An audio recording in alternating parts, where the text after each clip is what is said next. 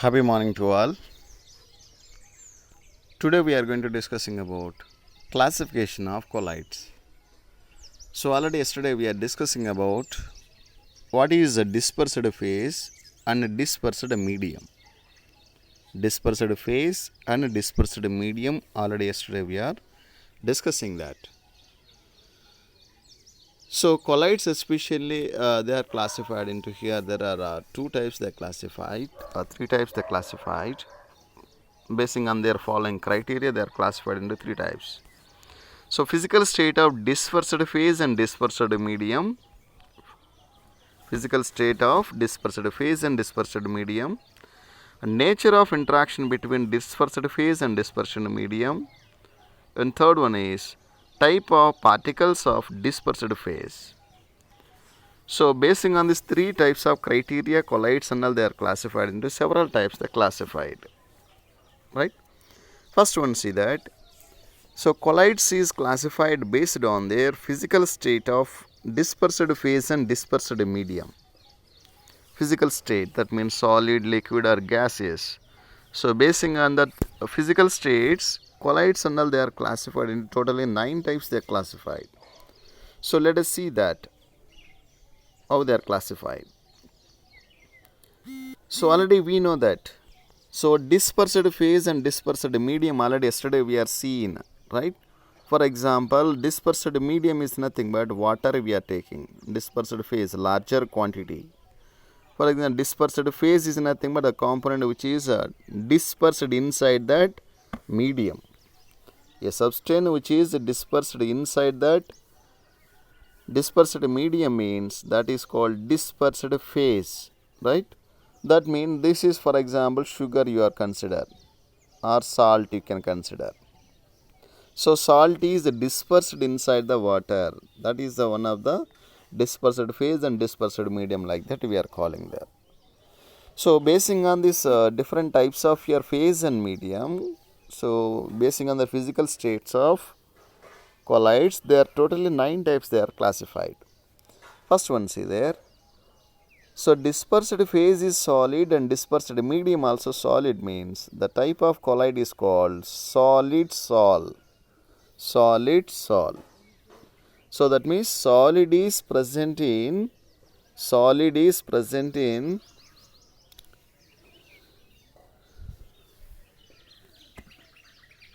solid. Solid is present in solid. That means dispersed phase is solid and dispersed medium also solid, means that type of salts is called as solid sol. So best example what you are saying, some colored glasses and gemstones. Gemstones are the best example. Next one, solid and liquid. Dispersed phase is solid and dispersed medium is liquid, means that kind of substances are called as sol. S-O-L. Sol. Best example what you are saying, paints, cell fluids and all, best example for that. Dispersed phase is solid and dispersed medium is gas, means that is called aerosols. Aerosols. So the best example what you are saying is smoke. Smoke is the best example, and another one is dust particles. Next one, see there. Liquid, dispersed phase is liquid and dispersed medium is solid, means that is called a gel. Gel. The best example what you call means cheese, butter and jellies. So dispersed phase is a liquid and dispersed medium is a solid, means the type of substances are called as gels colloid. So next one, say there. So dispersed phase is liquid and dispersed medium also liquid, means that is called emulsions. So best example what you call me, milk and hair cream. Milk and hair cream is the best example for that. Next, liquid, dispersed phase is liquid and dispersed medium is gas, mean that is called aerosols. The best example, fog, mist, cloud and insecticide sprays, this and all will comes under. Next one is gas. Dispersed phase is gas Dispersed medium is also solid means that kind of salts is called solid sol. Already repeated this word, just keep in mind. So before already we are seeing solid in solid. Solid in solid also called as solid sol.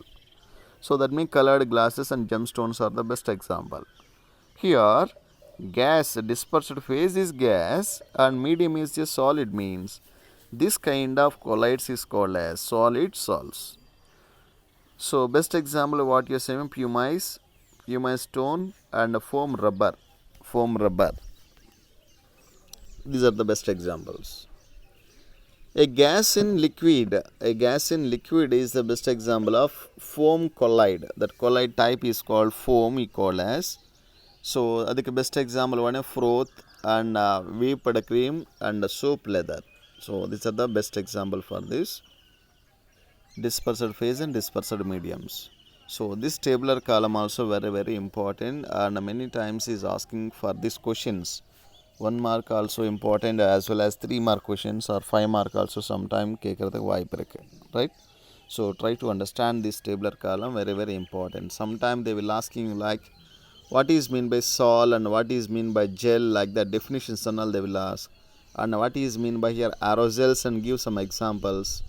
So like that questions and all most probably they will ask from this tabular column. So everyone very important, just you have to practice this tabular column. So all the words and all the examples and type of colloid must and shouldly you have to learn, right. So totally how many types of colloidal systems are there? Mean totally there are 9 types of colloidal systems are there. So solid in solid, solid in liquid, solid in gas, liquid in solid, liquid in liquid, liquid in gas. Next gas in solid, gas in liquid. So totally how many types is there? Means totally there are 9 types will be there. Gas in gas also presenting there, right. So in that already we learned that what is mean by here salt solutions and what is mean by here gel solutions. Already we learned that. So salts is nothing but what you call means solid is present in liquid. Solid is present in liquid is called salt solution called, and gel solution is nothing but liquid in solid. Liquid in solid is called gel solutions called, and emulsions is nothing but liquid in liquid. So these 3 words are very important. So what is mean by salt solution, what is mean by here gel solutions, what is mean by here emulsions.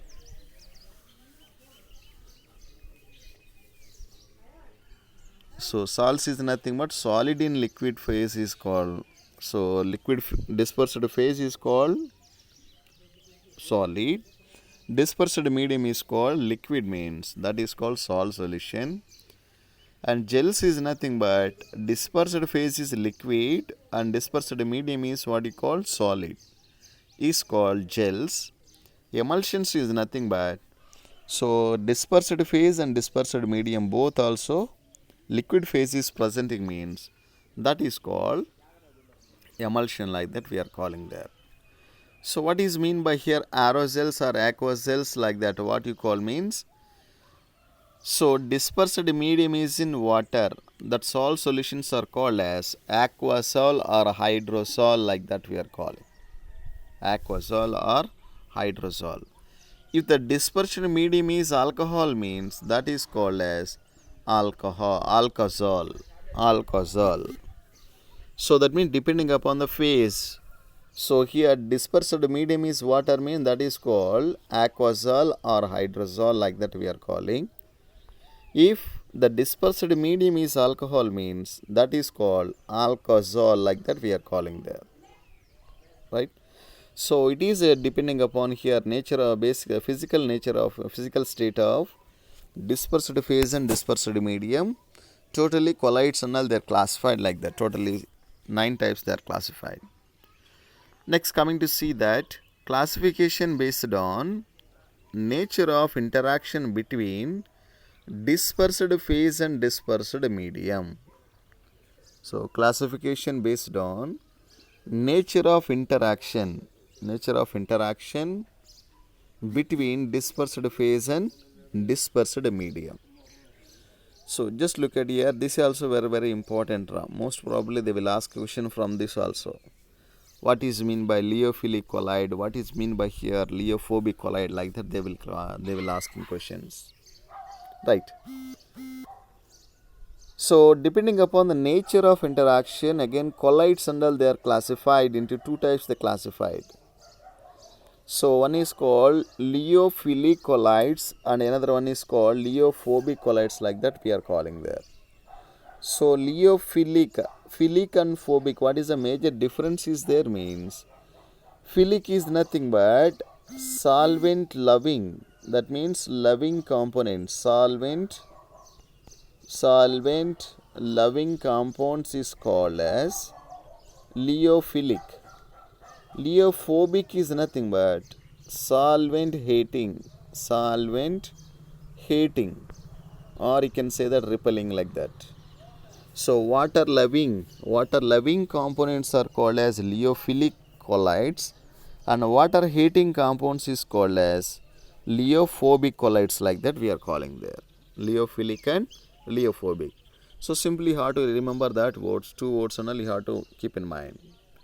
So colloids especially, they are classified basing on their physical interaction. They are classified into two types, liaophilic colloids and liophobic colloids. So liaophilic colloids is nothing but philic is nothing but, you can say that water loving, solvent loving components colloids are called as liaophilic colloids, like that we are calling. Solvent hating colloids is called as liophobic colloids.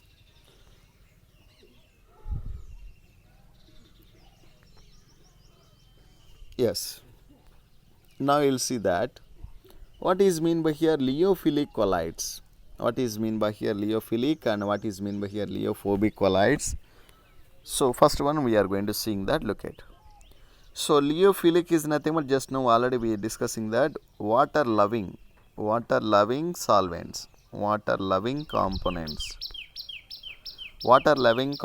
is called as liaophilic colloids. The word philic means liquid loving. The word philic is nothing but what is saying, liquid loving. Colloidal salts are directly formed by mixing substances like gum or gelatin and starch and rubber, etc. With a suitable liquid, the dispersed medium are called as liaophilic salts. So that means philic is nothing but what you call water loving components is called liaophilic. So the colloidal solutions under how it is forming means, so they formed by mixing substances like gum or gelatin or starch or rubber. So this kind of substances will be combining means these colloidal salts will be forming there with a suitable medium. So suitable medium also must be need.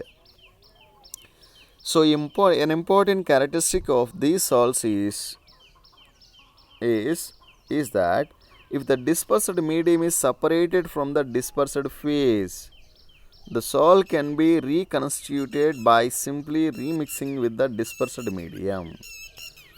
So that means due to evaporation, whatever dispersed phase and dispersed medium is separated means, again if you are adding here water means what happen means, again original state and all it will be coming there. That is why these salts are called as reversible salts. For example, best example, gum only is there. Gum and all, what happen if you are adding here water is evaporated means what happen, it will become here hard, solid, like that it will be behaving there. Again if you are adding some water means what happen, again it will comes here original state and it will be reaching there. So this kind of salts are called as reversible salts, like that we are calling there. These salts are quite stable and cannot be easily coagulated as discussed later. So these salts and all what happen means stable, we cannot able to easily coagulated. Coagulated is nothing, we can't able to separate easily. Coagulated as we discussed later. So this is about your liofilic colloids. So coming to see that next one, liophobic colloids.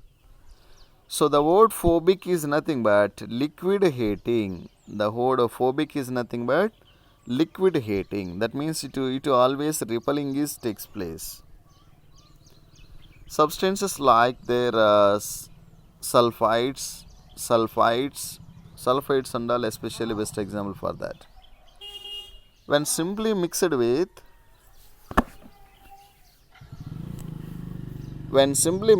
a dispersed medium, do not form your colloidal salts. So once if you are adding here water, means what happen? It does not form your colloidal salts and all. Their colloidal salts can be prepared only by special methods. Such salts are called as liophobic salts. So that means if you are adding here dispersed medium, means what happen? It does not form in your colloidal solution. Original state and all, it won't be coming back. So these salts are readily precipitated on the addition of small amount of electrolytes. By heating or by shaking, and hence are not stable further once precipitated. So they do not give back to the colloidal salt by simply addition of dispersed medium. Hence these salts are called as irreversible salts. So that means once if you are adding here water, if you are added to these substances, means precipitate will be forming there. So it won't be giving here original colloidal salt solution. Original colloidal salt solution, what happen? It won't be forming there. So once it is adding here dispersed medium you are adding, means it will form here once precipitate will be forming, means further it won't be changing their state. So that's why these kind of salts is called as irreversible salts, like that we are calling there. So liophobic salts need stabilizing agent for their preservation. So that compound and stabilizing purpose, what happen? You have to add some preservatives and all must and should you have to add. So this is basing on their interaction, basing on their nature of their interaction between the dispersed phase and dispersed medium. Colloids and all, they are classified into two types, like that they classified. So in that simply you have to remember like two words. One is called, what is mean by here dispersed liophobic colloids, and what is mean by liophobic colloids. So liophobic is nothing but water loving components. I think best example what you are keeping in mind means gum is the best example. Next gelatin, next one is starch and rubber.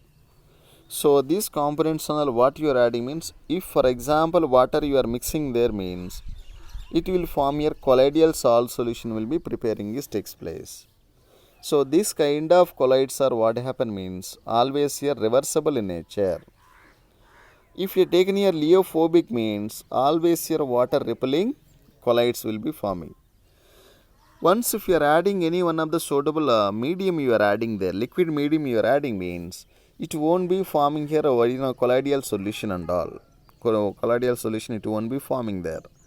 It will forms an insoluble substance like precipitate will be forming this takes place. So original compound what happen, it won't be forming back. So that's why this kind of reactions are called as irreversible salts. So for this compound stabilizing purpose, what you are adding is some suitable substance, so stabilizing agents must be needed. Then only it will become a stable formation, right? So this is about a dispersed phase and dispersed medium. Next one, see there. So next one tomorrow class we will see there. So thank you. Have a nice day, everyone.